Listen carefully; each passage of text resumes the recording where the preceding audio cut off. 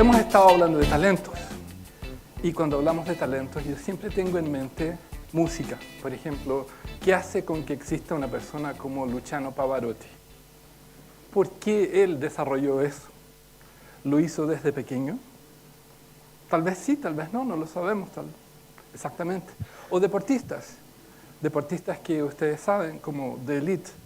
Yo sé que aquí vamos a entrar en una pugna, como si Pelé es mejor que Maradona, y eso no hay ninguna duda. Pelé, claro. Sí.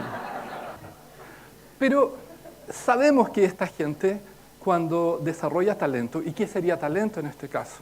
Talento lo podríamos definir como la capacidad o aptitud también, como para hacer cosas o ejercer ciertas actividades. Y actividad o actividades, si ustedes lo decomponen en términos neurolingüísticos, sería una nominalización. Y estamos hablando de una acción, o sea, la acción de actuar. O sea que un talento se conecta con actuar. Pero, ¿será que Pelé, Michael Jackson, Luciano Pavarotti, ellos tenían conciencia cuando hacían lo que hacían? Y la realidad es que tal vez en sus inicios no, porque estamos hablando de la dotación que tal vez llegue de forma inherente, pero cómo lo desarrollamos en una organización, cómo lo desarrollamos nosotros, eso es distinto. Entonces, si conectamos que yo no tengo el talento que eventualmente quisiera tener para hacer una acción, una actitud, tener una forma de ejercer algo específico, tal vez yo tenga que llevarlo hacia la conciencia. Y bien lo decían antes, como gran parte de lo que es talento a veces está en nuestra mente inconsciente, pero para poder mejorarlo, independiente que yo ya lo tenga de manera implícita, voy a tener que conectarme con la conciencia.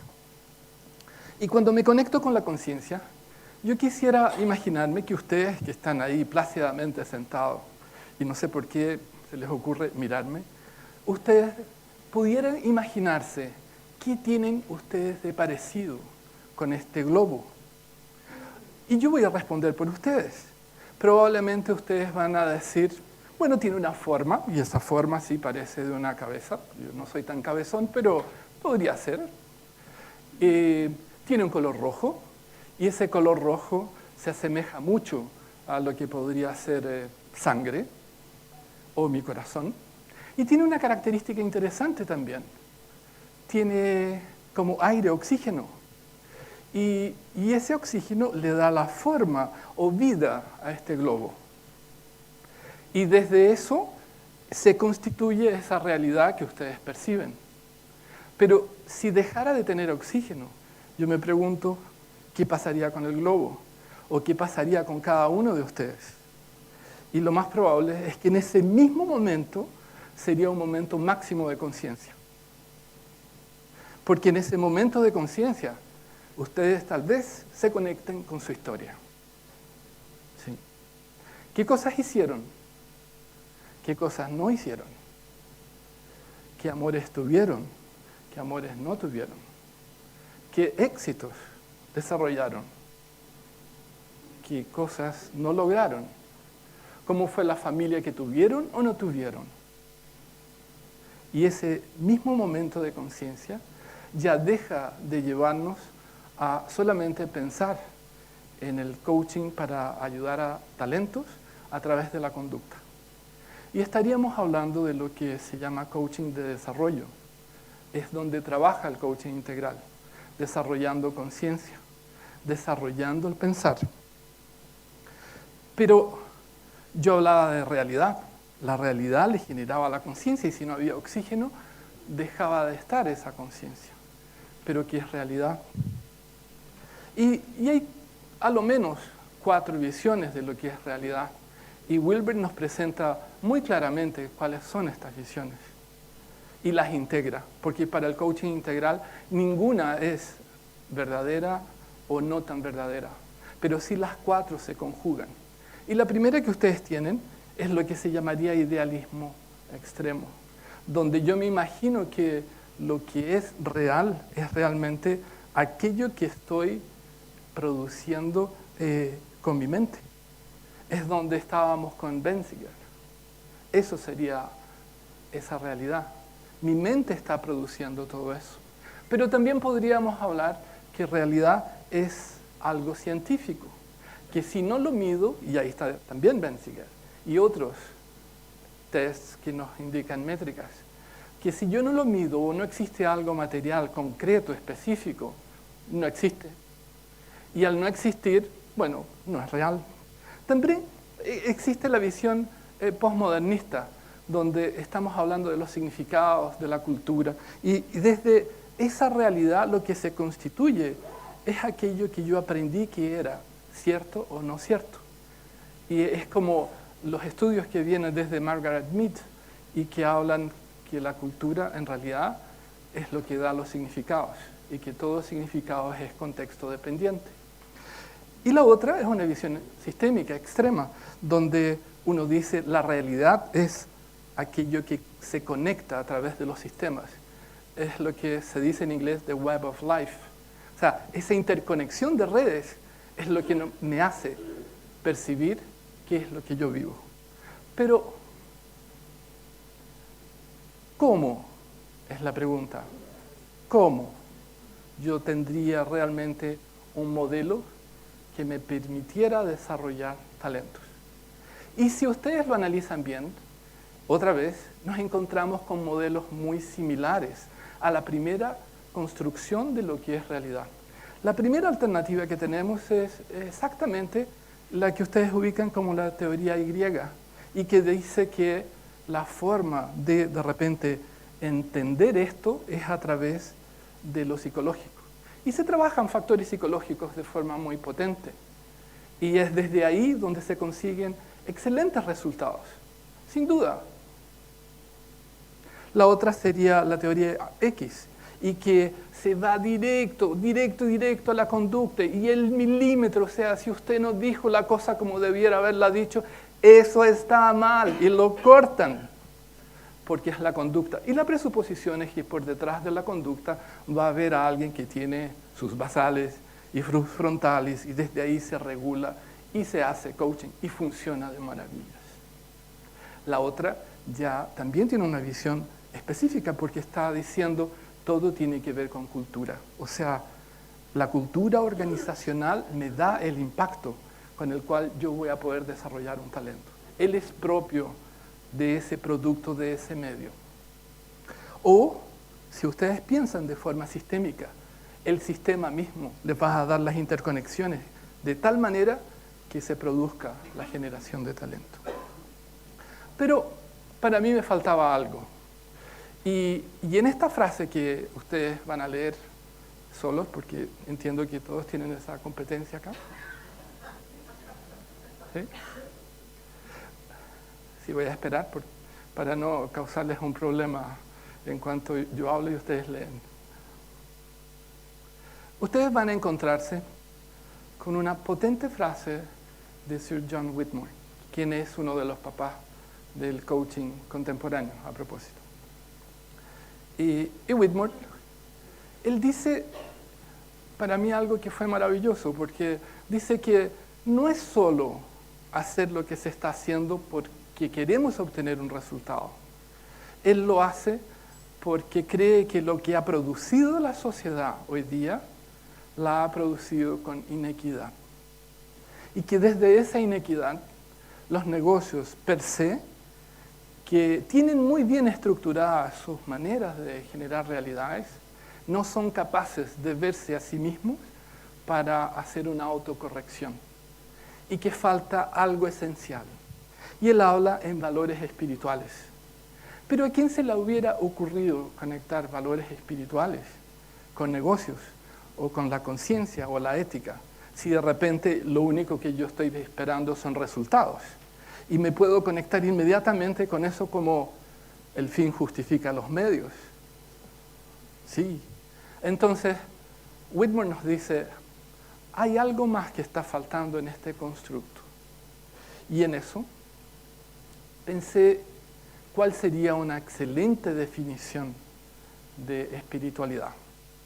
Y ahí entramos en un mundo al infinito, porque hay una conexión con religión. y que entraríamos en discusiones interminables de qué es real o no. Y estaríamos pensando probablemente en una mezcla de todo lo que es la composición de realidad y no nos va a llevar a ninguna parte. Entonces, me gustó una definición que dejaba al margen cualquier intento de discusión de lo que era cierto o no tan cierto. Y esta definición dice que en realidad la espiritualidad es una función del ser humano. Noten que lo pone a nivel de la identidad. O sea, como si yo soy a nivel de identidad humano, o sea, mi esencia tiene que ver con humanidad, y esto está vivo, lo más probable es que el apoyo inherente que sale de ahí me va a potenciar en todas las áreas en las cuales yo quiero desarrollarme. Entonces, busqué los valores espirituales que habla Whitmore. Y extrañamente, él se refería a las mismas cosas que salen en todas las religiones, de manera muy distinta, en órdenes muy distintos, pero era exactamente lo mismo. Y se hablaba de empatía, de humildad, de respeto, de comunidad, de integridad, de legado, aporte, etcétera, etcétera. Entonces decía, bueno, es una idea muy cercana a Ken Wilber, que hace con que la gente de repente tenga estas discrepancias de qué es correcto o no correcto. Si en el fondo estamos hablando de espiritualidad. Y busqué más información y encontré ya como adaptaciones norteamericanas a procesos milenarios que existen en el Tíbet de meditación, que los llaman ahora mindfulness, por ejemplo, y que hablan de propiedades emergentes y de presencia. De presencia, dije. ¿Y qué es eso de presencia? Pero sí, porque de repente se nos olvida nuestro ser. O sea, ¿qué es nuestro ser? Y nuestro ser está presente, pero vivimos en ese transporte de la transparencia donde solamente nos encontramos con nuestro ser en los momentos que, extrañamente, podríamos no ser, o que alguien cercano a nosotros deja de ser, o que algo nos ocurre. Y también el factor tiempo. Siempre pensando en que nos hemos constituido en el pasado y qué es lo que vamos a hacer en el futuro. Y claro, no somos aquellos zen que de repente están pensando en aquí, en el ahora. Tenemos compromisos, queremos obtener resultados, queremos desarrollar nuestras empresas, nuestras organizaciones y hacer nuestros trabajos y atender los teléfonos, por ejemplo. Técnicas como oneness también hablan de interconexión con todo, pero me pareció muy New Age. Y desde ahí, sí, yo me imaginaba llevando esto a una empresa y me decían, no, eso no. Y cómo tener conciencia. Y nuevamente vuelve a conciencia. Sí. Entonces le pregunté a mi maestro Lasker, ¿sí? ¿Es que la dialéctica se conecta efectivamente con algo de espiritualidad? Y Otto, que tiene una gran calidez humana, me dice con un aire bondadoso, así, Paul, la dialéctica es espiritualidad. Oh, dije, ¿y por qué? Porque esencialmente habla del ser y no ser. Y cuando el no ser se constituye desde el ser, eso es lo espiritual, porque estamos hablando de lo esencial y de lo que no existe, pero que al mismo tiempo existe. Son explicaciones bastante dialécticas, lo sé. Sí. Pero si todo eso está, y yo quiero desarrollar el talento, y el talento para mí es una acción, ¿cómo lo voy a hacer? Con este elemento que no está en ninguna de las constituciones o modelos que les he presentado, porque los he visto en todos, pero me parecían muy mecanicistas. Y quería buscar algo que fuera más allá, o sea, mucho más allá, de tal manera que esa gente que ustedes ven, que a veces se entregan con pasión a lo que sea que hacen, lo hacen porque tienen como una llama interna. Hay como un fuego que los distingue. Y no necesitamos nosotros motivarlos mucho como para que consigamos que ellos realmente den el 1000%. ¿Por qué? Porque hay algo que no está en la ecuación. Y cada una de estas ecuaciones es distinta. Y no me queda muy claro que pueda ser ecuacionable. Ustedes saben, yo vengo del mundo también de números duros. Y me recuerdo de una primera clase de física, era física de partículas, y el profesor dijo, todo lo que existe en el mundo es ecuacionable. En aquel entonces me pareció una realidad indesmentible, además que si la cuestionaba, reprobaba. Así que sí, efectivamente. Y él ecuacionó todo, ecuacionaba todo, tenía manía de ecuacionar. Y me pregunto, ¿cuán ecuacionable puede ser algo espiritual? ¿Cuán racional puede ser algo espiritual?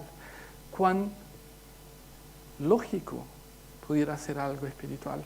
Si yo conecto un talento con lo que pudiera ser el anhelo o la función de espiritualidad de esa persona, ¿será mejor? ¿Tendrá algún inconveniente? ¿Y qué preguntas tendría que hacerle? Porque desde el ámbito en el cual nosotros trabajamos como coaches, tendría que tener mucha conciencia de que igual tengo que producir un desarrollo de una acción, pero tal vez no desde el movimiento tal cual. Pero ¿qué tipo de preguntas hago? Que al mismo tiempo sean tomadas por las organizaciones, por las empresas y por las personas de una manera adecuada, como una función normal de este proceso que estoy trabajando. Y desde esa perspectiva, quisiera presentarles un modelo que llamo el factor E, el factor espiritual. Sí. Watching news.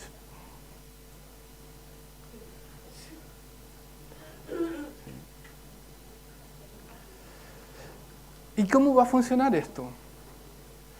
Va a funcionar igual como los globos, que tienen ciertas capas. Y la estructura, como están sedimentadas, son similares a nosotros. Porque nosotros en el día a día, cuando nos movemos, estamos acostumbrados a hablar. Es lo que en neurolingüística se llama la estructura de superficie. Y hablamos, y hablamos, y hablamos, y hablamos, y hablamos, y hablamos. Y de repente, en realidad, no estamos diciendo aquello que queríamos hablar. Pero si la pregunta que yo hago está relacionada con cada una de esas capas, lo más probable es que yo empiece a descender.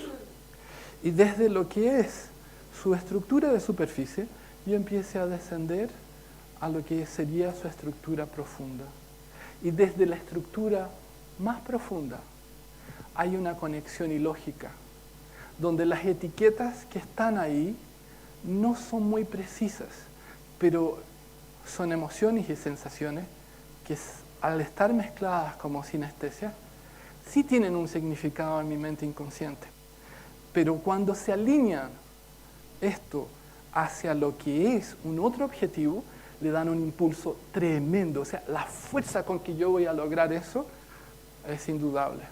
Y es por eso que ustedes ven personas que son capaces de desarrollar cosas de excelencia, porque se conectan con más allá de lo que es sencillamente el hacer. Y eso está disponible para todos, porque uno podría decir en algún momento, pero Paul, yo tengo estos diálogos conmigo mismo, por supuesto. Sí. Pero Paul, esto no encaja para un señor que es conserje en un edificio.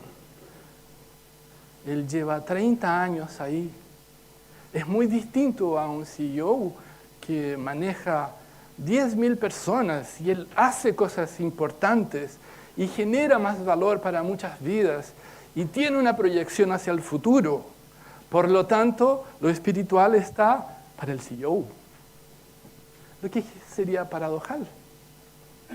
El hecho es que esa conexión le daría sentido para desarrollar no importa qué actividad, con qué talento. Y este modelo se conecta esencialmente con estos 7 pasos. Y las primeras preguntas que deberían ser hechas están relacionadas con los valores, con el significado y con su conexión de humanidad. Ahora, ¿qué tipo de valores? O sea, realmente yo le preguntaría al coachee, ¿qué es importante para ti en tu vida? ¿Y cuál es el significado de tu vida? Y no es que yo quiera hacer que ustedes piensen en esto ahora, jamás tendría esa intención. Pero ¿qué pasaría si cruzara por sus mentes? ¿Cuáles son los valores más importantes de su vida? ¿Y qué significados realmente tiene su vida? ¿Sí?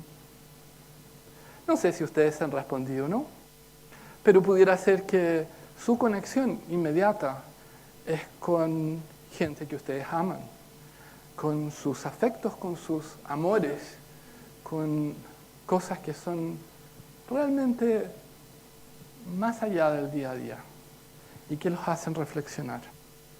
La segunda pregunta es una pregunta muy maldadosa. Sí, porque si ustedes les preguntan al coachee, ¿y cuál es el propósito de tu vida? Yo tampoco se les haría esa pregunta a ustedes. ¿Cuál es el propósito de sus vidas? ¿Se imaginan que yo les haga esa pregunta?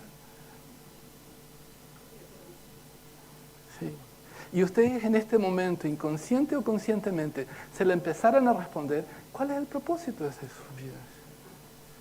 Van a descubrir que es una respuesta que tiene un cierto grado de complejidad y de emocionalidad. Y nuevamente probablemente se van a conectar con sus amores, con sus afectos y con algo que los impulsa a hacer cosas más fuertes. Y si yo les preguntara, si ustedes hacen y sirven, ¿a qué más estás sirviendo? O sea, ¿cuál es ese servir? ¿A qué más? Muchos dicen a mis padres, a mis hijos. Claro, los miembros de HCN dicen HCN.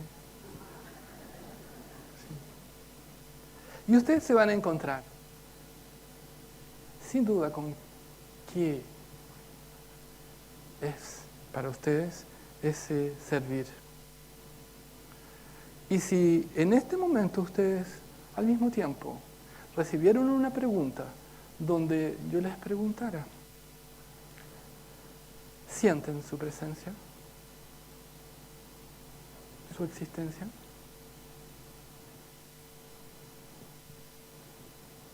Y si de repente llegaran a tocarse, háganlo los que quieran hacerlo. Pongan sus manos acá. ¿Sí? Sientan el latido de su corazón. Es energía pura. Y en esa energía pura está su vida con el oxígeno. Y ustedes lo van a sentir y el coachee lo va a sentir. Y se va a conectar con eso. Y después le van a decir, y suponte que la vida transcurre de una forma libre. Y estás mirando esto desprovisto de juicios, como aceptando con generosidad aquello que se te plantea por delante.